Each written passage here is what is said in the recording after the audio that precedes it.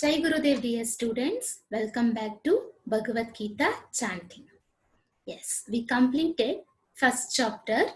Today we are going to start second chapter, Sankhya Yoga.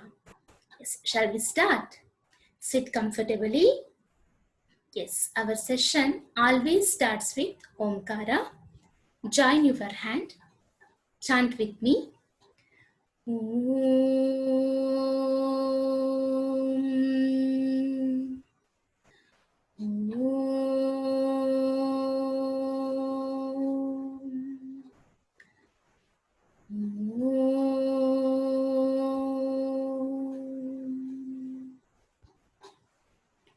Shall we start, children?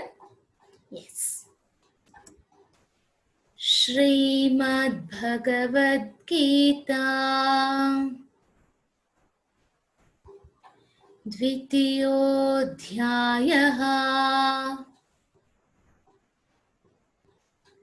Sankhya Yoga.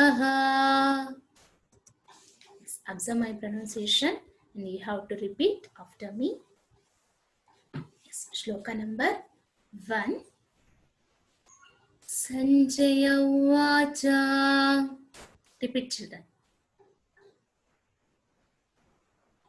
Tam tatha krupaya vishtam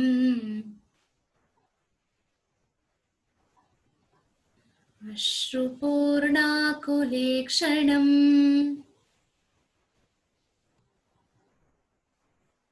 Tam tatha krupaya vishtam Ashrupurnakulekshanam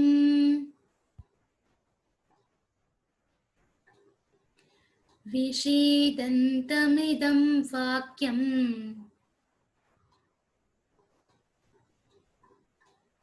Uvacha Madhusudanaha. Repeat, children. Vishidantamidam vakyam Uvacha Madhusudanaha. Yes, we will repeat shloka number 1 one more time. Sanjaya Uvacha Tam thata krupaya vishtam Ashrupurnakulekshanam Vishidantamidam vakyam Uvacha Madhusudanaha. Yes, translation is like this. Sanjaya revealed that compassion and grief had made Arjuna's eyes sad and tearful. Then Krishna, Bhagavan Madhusudana, spoke to Arjuna. ಇದರ ಕನ್ನಡದ ಅನುವಾದ ಹೀಗಿದೆ. ಸಂಜಯ ಹೇಳ್ತಾನೆ, ತುಂಬ ವಿಷಾದದಿಂದ ಕೂಡಿದ್ದಾನೆ ಅರ್ಜುನ. ಈ ಕಾರಣದಿಂದಾಗಿ ಅವನ ಕಣ್ಣೀರಿನಿಂದ ಅವನ ದೃಷ್ಟಿಯು ಮಸುಕಾಗಿದೆ. ಇಂತಹ ಸ್ಥಿತಿಯಲ್ಲಿರುವ ಅರ್ಜುನನ ಕುರಿತು ಭಗವಂತನಾದ ಮಧುಸೂದನನು ಹೀಗೆ ಹೇಳುತ್ತಾನೆ. ಏನ್ ಹೇಳ್ತಾನೆ ಅನ್ನೋದು ಶ್ಲೋಕ ನಂಬರ್ 2 ಅಲ್ಲಿದೆ. Yes, shall we move to shloka number 2. Shri ಭಗವಾನುವಾಚ. Repeat, children. ಕುತಸ್ತ್ವಾ ಕಶ್ಮಲಮಿದಂ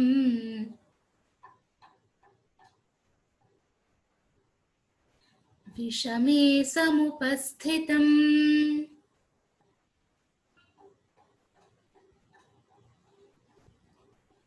ಕುತಸ್ತ್ವಾ ಕಶ್ಮಲಮಿದಂ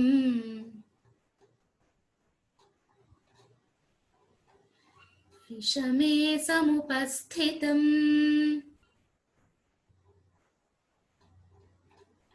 ಅನಾರ್ಯಚುಷ್ಟಂ ಅಸ್ವರ್ಗ್ಯಂ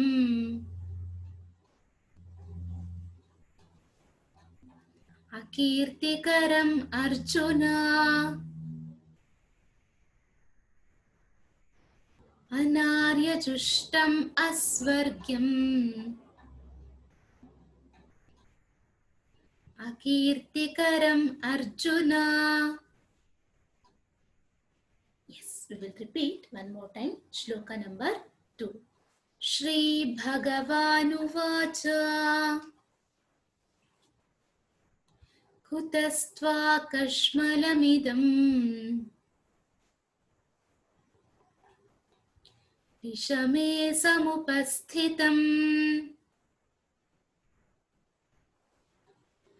Anaryajushtam Asvargyam Akirtikaram Arjuna. Yes, very good. Translation is like this. O Arjuna, why such emotional weakness at this hour? The superior person never behaved like that, and such attitude is neither a heaven getter nor a glory earner. ಏನ್ ಹೇಳ್ತಾನೆ ಭಗವಂತನಾದ ಶ್ರೀಕೃಷ್ಣ ಅಂದ್ರೆ, ಹೇ ಅರ್ಜುನ, ಈ ಅಸಮಯದಲ್ಲಿ ನಿನಗೆ ಈ ಕಾತುರತೆಯು ಎಲ್ಲಿಂದ ಬಂದೊದಗಿತು? ಇದನ್ನು ಶ್ರೇಷ್ಠ ಪುರುಷರಾದಂಥವರು ಒಪ್ಪುವುದಿಲ್ಲ. ಅದು ಸ್ವರ್ಗವನ್ನು ಕೊಡುವಂಥದ್ದಲ್ಲ ಮತ್ತು ಕೀರ್ತಿಯನ್ನು ಸಹ ನಿನಗೆ ತಂದು ಕೊಡುವಂಥದ್ದಲ್ಲ. Understood? Yes, will move to shloka number 3. ಕ್ಲೈಬ್ಯಂ ಮಾಸ್ಮಗಮಃ ಪಾರ್ಥ. Repeat children. ನೈತತ್ವಯ್ಯುಪಪದ್ಯತೆ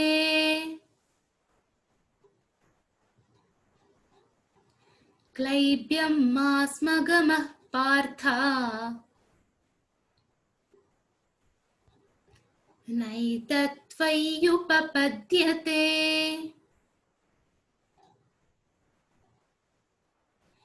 ಕ್ಷುದ್ರಂ ಹೃದಯ ದೌರ್ಬಲ್ಯಂ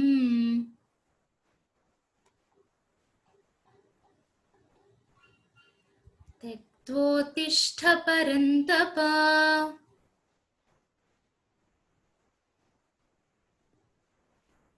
ಕ್ಷುದ್ರಂ ಹೃದಯ ದೌರ್ಬಲ್ಯಂ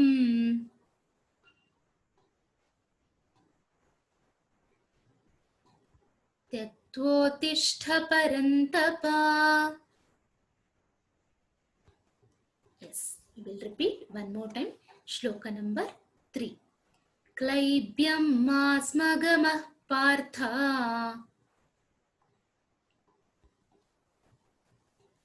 ನೈತತ್ವಯ್ಯುಪಪದ್ಯತೆ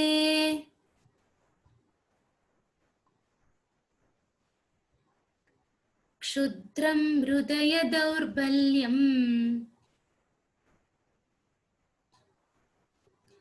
ತ್ಯಕ್ತೋತ್ತಿಷ್ಠ ಪರಂತಪ.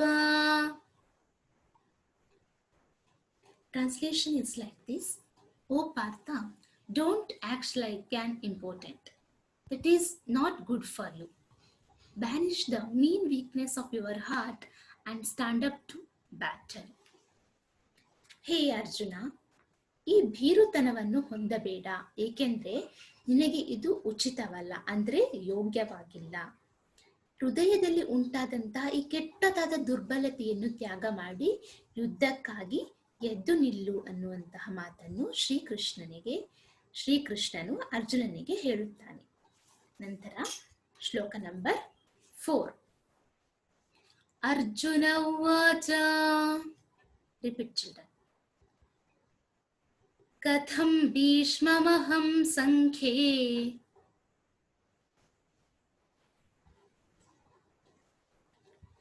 ದ್ರೋಣಂ ಚ ಮಧುಸೂದನ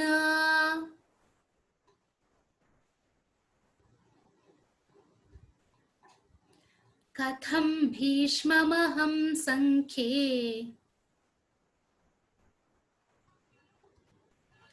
ದ್ರೋಣಂ ಚ ಮಧುಸೂದನ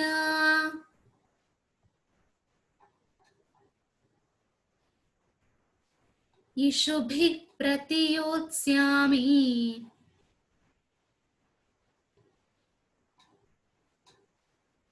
ಪೂಜಾರ್ಹ ವರಿಸೂದನ.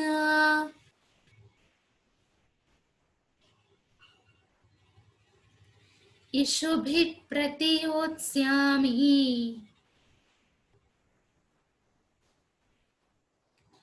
पूजार्हवरिसूदना.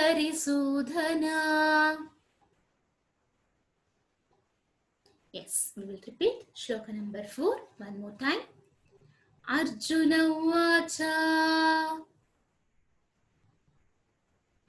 katham bhishmamaham sankhye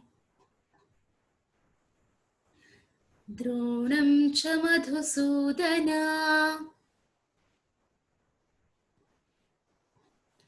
इषुभिः प्रतियोत्स्यामि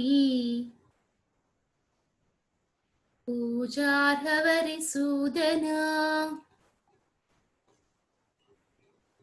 Yes, translation is like this. Arjuna spoke to Shri Krishna, O Madhusudana, how shall I bring myself to shoot arrows on Grandman Bhishma and Guru Drona, because they are both my elders.